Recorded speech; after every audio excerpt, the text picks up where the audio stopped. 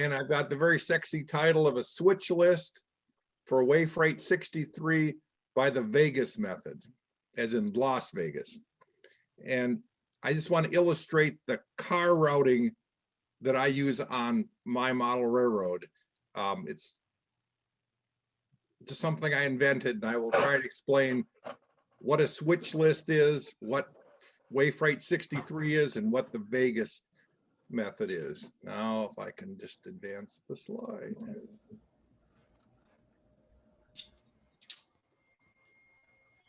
Okay, here's a switch list from Chicago Northwestern. I have a large collection of these, but I can't find any of the ones that have been filled out by the railroad. And this was, I'd pick them up along the tracks in our area, and they would list all the cars in a train. Plus, you know, what railroad it was, the car number, loads, a lot of other information. And I thought that would be a fun way to run my railroad. By each train would have a switch list, in particular the way freights. So there are some alternatives for people doing car routing. At one time, there were colored tacks, though I never did that, and I never want to drill holes in my box cars.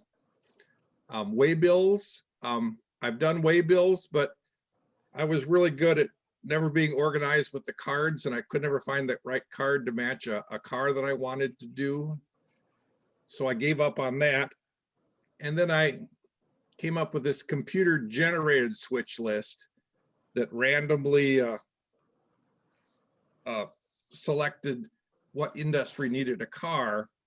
But unfortunately, anything that's on the computer is really hard to keep updated. If you pull a car off it to do maintenance, the computer still thinks the car is on the layout someplace and asks you to ship it somewhere. So that really didn't work very well.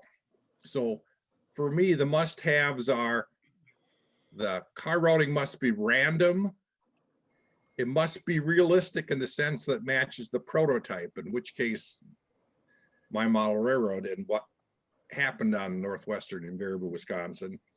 And it's got to be flexible so I can make changes, because stuff always happens. And it has to be easy. And which led me to using dice to generate random numbers to generate traffic. So that's why I call it the Vegas method. It involves dice. And what I've done is I've taken the prototypes switch list and shortened it up a little bit. I didn't really need to know details like the number of tons or the pull spot on the car, but this is what I use for my way freight, listing the cars they're going to be in the train.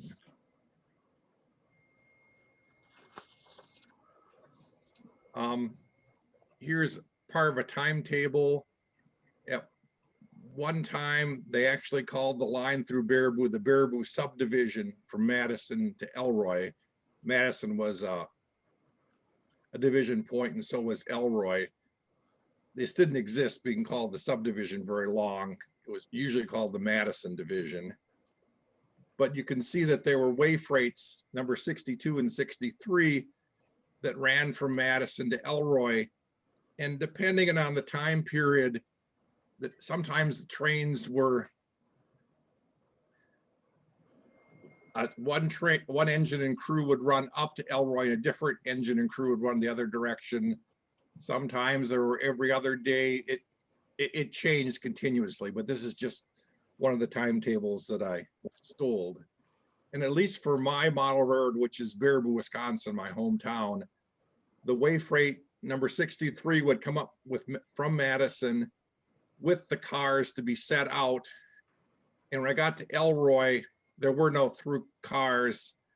The train would come back and make all the pickups then. So all traffic was in one direction to be set out, and then it was pickups in the other direction, which kind of was ideal for the way I wanted to operate. But I didn't need to model any of the traffic before Baraboo. You see all the other towns, Dane, Lodi, Merrimack. If a railroad car was going there. It never showed up in Baraboo. It'd be picked up later by 62 in the other direction. So I didn't really care about any of that traffic, but I needed to simulate all the traffic from Baraboo and beyond and be able to generate the cars that would be shipped so I could put them in my way freights. And this led me to what I call the traffic generator. And what I've done is all of the various customers on the line, I've got numbered, and I can roll dice, and then that will select the cars that need to be in the way freight for that particular day. This happens to be the 1973 traffic generator, but I have traffic generators for 10 years before and 10 years after. So I tend to model one time period for about 6 months, and I switch all the cars and locomotives out and do it a different time period. But over that time period, that change, industries come and go, traffic is less or whatever. So I've got different sets of traffic generators that I use.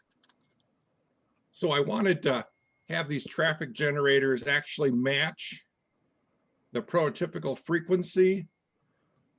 So I studied my collection of switch lists, photo evidence, my experience of what I saw. And I also had the benefit of a Department of Transportation study that was done in 1983 when the railroad was considering abandonment past Reedsburg. So they needed to have, for this study, they came up with all of the traffic on the railroad. And I'm just gonna show you one sheet off of here. And this shows Union Center and Hillsboro, and it shows customers and how much traffic they had in the given year. So I tried to model that industry that frequently had cars shows up more in dice rolls than places that didn't. So that was my attempt to match from that. I'll give you some examples of this. So I've made a dice roll here, and I've got a 6-sided red dice, but I've got a 10-sided black dice. And that's only because my sons went off to school and left their 10-sided dice from Dungeons and Dragons, and I just put it to use. So I've rolled a 12, and on my traffic generator, that would be, the destination would be Baraboo. It would be liquid propane, and it'd be delivered to the fertilizer plant. So that's a car that was going to be in my next train. And then I roll again, I come up with a 29, and that says Reedsburg needs an empty car, a mechanical reefer at the butter plant there. So I start rolling up for cars that are going to be in the way freight to see what is going to be I need. Now here, I rolled a 50, but in my 50 area, there's a bunch of shippers in Elroy that aren't very frequent. So if I roll up a 50, then I've got to roll one more dice, in which case I rolled a 6. And that would be a 50, either a 5 or a 6 would mean there would be lumber going to the Elroy Lumber Company. So that was a lower frequency shipper, and I've modified the dice roll for those shippers that don't take very many cars. I've got another weird thing that I do. Rock Springs, the railroad Northwestern, has the Pink Lady Quarry, which is their source of ballast. And in 1973, they hadn't switched over to unit train service, in which the whole rock train would come to Rock Springs, be loaded, and then go out. Instead, some of the empties would trickle in on the way freight. They were usually tacked on the rear end of the train so they could be easily switched there. And if I roll a 23, I've got a plus symbol there. And as long as I roll an even dice, I keep adding cars to the roll, to the requirement. So in this case, I rolled a 23, so I need one car for Rock Springs. I rolled an even 6, I need another car, second car. I keep rolling a 4. Now I got 3 cars I need to have. I rolled another dice because I had an even. I come up with an odd that breaks the string. So I need 3 empties to be tacked on the rear end of the way freight. And that replicates what actually I witnessed in Baraboo, at least until they went to unit train service. I also have a space that I call free choice. I roll up a number and I can select whatever shipment I want to make from other places on the list. I do this to fill empty sidings, or sometimes there's real infrequent shipments like Northwestern will ship company materials and I'll just select that as going to be in the way freight. The local St. Joseph's Church built a new church and they had shipments of brick for a while. So I could throw that in there if I wanted to. There was a time in the 80s, because it's close to the 90s, there was a drought out in South Dakota and local farmers in Sauk County gave hay to feed the cows out in South Dakota, the cattle, and Northwestern shipped it for free. So they actually were loading them in Baraboo. So that would be another potential. If I roll up one of these free choices, I could pick some real infrequent shipper just because it would be fun to do, or I can pick somebody else off the list. It's my choice.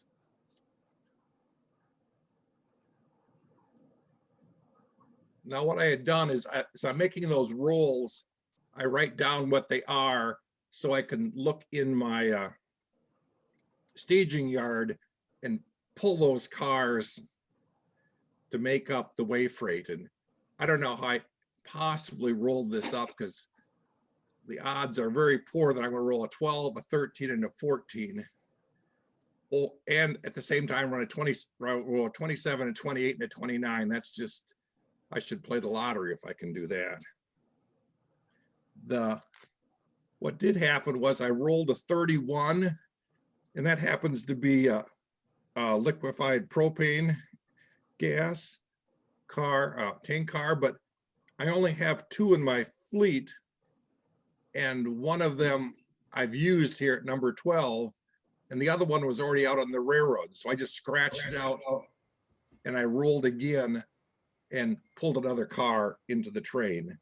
So I simply decide how many cars I want to have in that way freight. I just keep rolling until I come up with 8 cars and that are available in my storage or my staging area.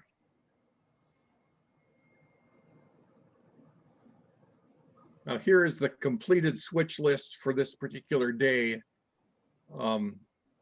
It shows all the cars that they're going to go up in the train, and all the ones to Baraboo will be delivered on my layout, but the ones beyond Baraboo, say to Reedsburg, Union Center, Elroy, those just leave town and they end up going to the other staging yard where they're held until they can turn around and come back another day.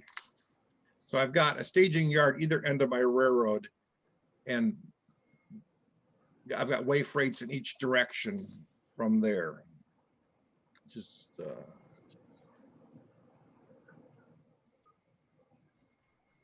here's one of the staging yards, and in the front, the GP30s are on the through freight, and the train and back, the split cab Olo-N Jeeps.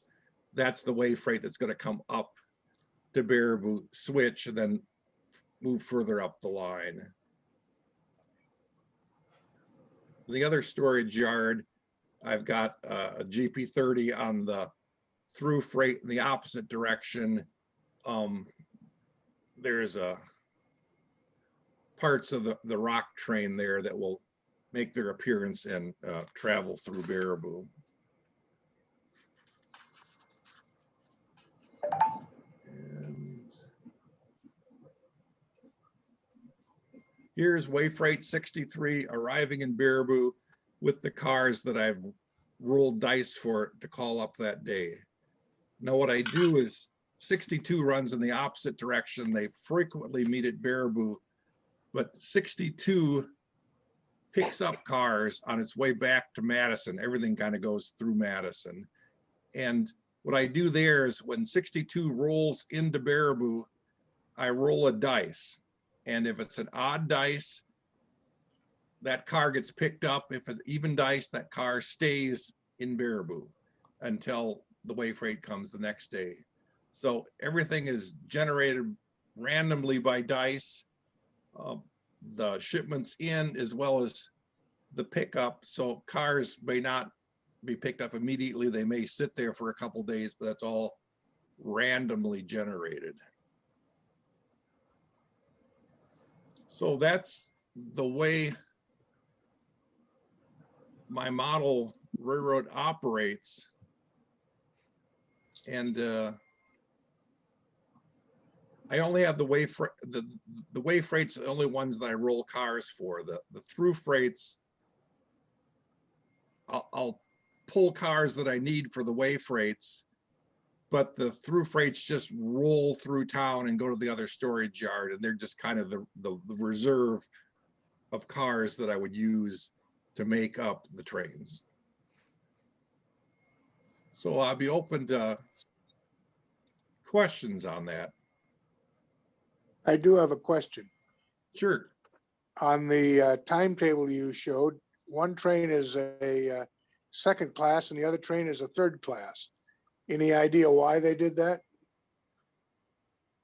Well, I'm not really up on railroad rules, but I think it's just so that it's clear who has to take the siding when they meet each other. The right of way? Yeah, I'm backing up to that one too. And again, this is the one particular year that I picked, and not every year operated that way. In this case, the same engine and crew goes out and back in the same day, and that wasn't typical until the 80s or even the 90s, in which they were operating out because there was so little traffic and doing all the work, and sometimes not even going all the way to Elroy. They would just go as far as they had freight cars for. Then they There would it is. turn back around. Yeah, what is it? I mentioned the through freights, and they don't show on here because they would divert them off of the Adams line when the Adams line got busy. But they would do this frequently, to the point that they might do 6 months at a time of diverting this pair of Wayfreights through Baraboo, which gave me one more thing to watch growing up. But they never stopped in Baraboo; they just rolled right through. But it's something that I have to model because that's the way it was. I noticed you don't have passenger trains, but I know you have ran passenger trains. Right, and this is 1973. I've just switched from 63 to 73. So I put all the passenger cars into storage, and now I get to experience another time period, and eventually, I don't know, 6 months from now or whenever, I'll move it up another 10 years and operate with different sets of equipment. Just by coincidence today, I was moving some pictures, and what I find, pictures of your the quarry over at on your railroad. Oh, yeah, I need to send them. Yeah, I need to send them to you. Yeah, so the Rock Springs Quarry in the Pink Lady, that's interesting because when I operated in 1963, the railroad had bought the quarry, but there were 2 other quarries operating.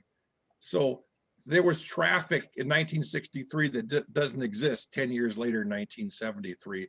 Again, that would cause me to have a different traffic generator to reflect that different traffic patterns. And then also what happened was an industrial park was built in Baraboo, late 60s, which gave me more traffic, which kind of made up for loss of other traffic. So it's fun to operate in different time periods, but I was looking at the model railroad at all the buildings, and they're all scratch built because they have to match the prototype.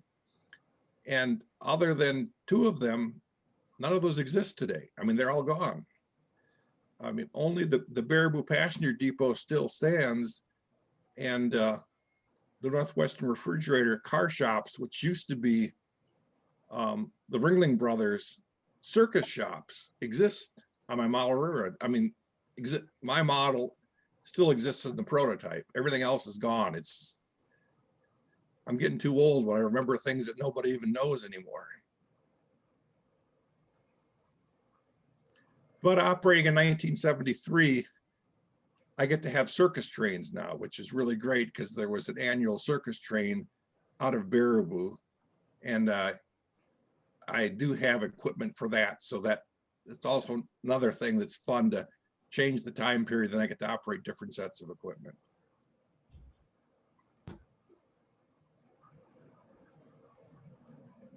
You have the steam engines to go with it? I do not. Well, I had an R1 that I was modifying to be 1385, but it is an old brass locomotive and it doesn't really run very well. So I don't have any of the steam engines that were borrowed in like 65 would have been the first circus train. And for like 3 years, they borrowed the Southern unit. They had a Burlington steam engine. I don't have any of those models, but Walthers didn't make one of them, but I don't own that one. So they're all diesel powered circus trains. And depending on the time period, I have the right locomotive for every year. So I can, put on whichever one is gonna be appropriate for the year that I want to operate.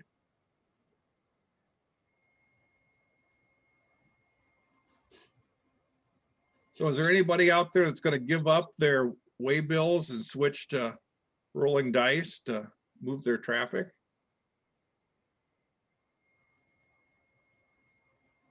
I like it. I like the method. I thought the silence was kind of deafening.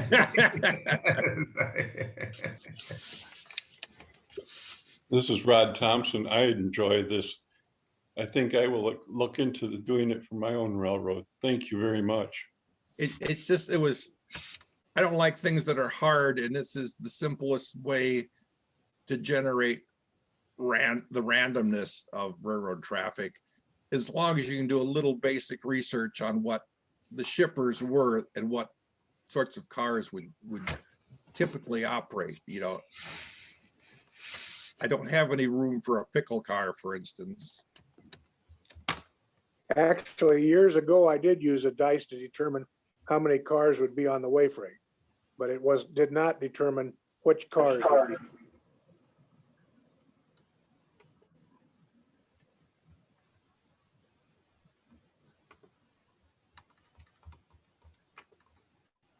I do believe there are random number generators available on the internet. So if you don't like the dice themselves, I think there's ways you can call up those websites and have the numbers created by the website. Yes. Sure, I think you could probably do that in Excel too. There's some random number generator functions in there. Because in the past, I have used the same traffic generator with a random generator number and generated the way freights. But the problem I ran into there was sometimes the car isn't available to be on the way freight. It's already out in the layout someplace. Mm-hmm. So there isn't a car. So with this dice method, I roll to see what I would like to do. And then I see what's in the storage yard or staging, Mm-hmm. and then finish it in ink. First I just do it in paper, rolling the dice. And if I don't have that car, I just roll the dice again and see what else I can come up with to put in there. But yet still have the proportions right between customers on the road took a lot of cars and customers that did not, it was very infrequent that they took shipments. That's my whole attempt here with the traffic generator, was to be reflective of actual traffic patterns. But it sounds like you got what you wanted, so it's working. Yeah, and again, that works for the set outs and for the pickups. Again, I got a dice out in the layout and I roll to see if that car is done, because maybe the shipper's unloaded it, maybe he hasn't. So with the dice roll, it makes it random, and it can be, you can modify what dice would cause you to pick it up, but then it could, it could be 3-4 days before that turns on the layout before it finally gets picked up, which is kind of realistic, I think. Yeah.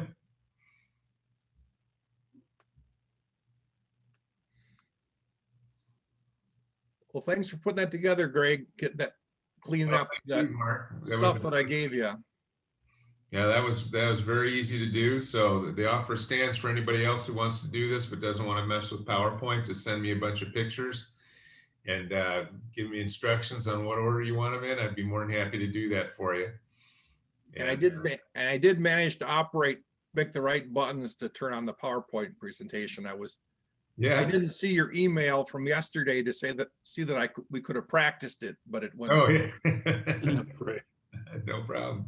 Yeah, you did great. Yeah. Hey, Greg.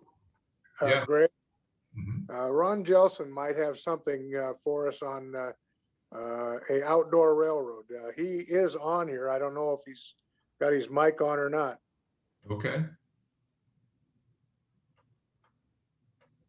I guess. Yeah, I heard that, Ron. Yeah, that's something I'm thinking about. I'm down at Fernwood. We have a railroad garden down there, and the company that built it 10 years ago was just up Thursday, and we redid all the trestles and bridges. So I took a bunch of pictures. So I'll see if I can. Probably be a couple of weeks before I get everything together, but Sure. I think I'll probably put something together for the group for a couple of weeks from now. That sounds great. We've got Rich Trowbridge lined up for next week, and Rich models an O scale, and he does some staging and stuff. So he's gonna be talking about how he does all that. And so Mark, great job tonight. Thanks for doing that. It was very interesting. And we'll keep doing this. And in the summer, starting in June, I'm going to have a graduate class that meets on Thursdays during this time. So we'll have to figure something out. Either if somebody else runs it, or we just change nights for a little while. But we can figure that out next month as we go. And I appreciate everybody coming. If there's no more questions, then we'll call it a night. I'd say just call it off for June, and because a lot of people are busy traveling and all that anyway. Yeah. And stuff outside, so maybe just say no meetings for June. Right. Yeah. And Well, maybe July too, if a lot of people aren't. yeah, I think it's 8 weeks that I've got this class on Thursdays. So Yeah.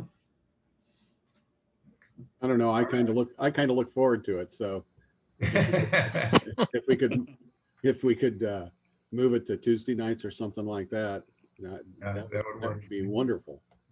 All right. I enjoy seeing what everybody does. Yeah, no, it's been great. I enjoy it. I look forward to it also. So Thanks for doing it, Greg. my pleasure. Thank you. All right. Thanks, everybody. We'll see you next week. Very good. Night. Peace, everyone. Thank you. Bye-bye.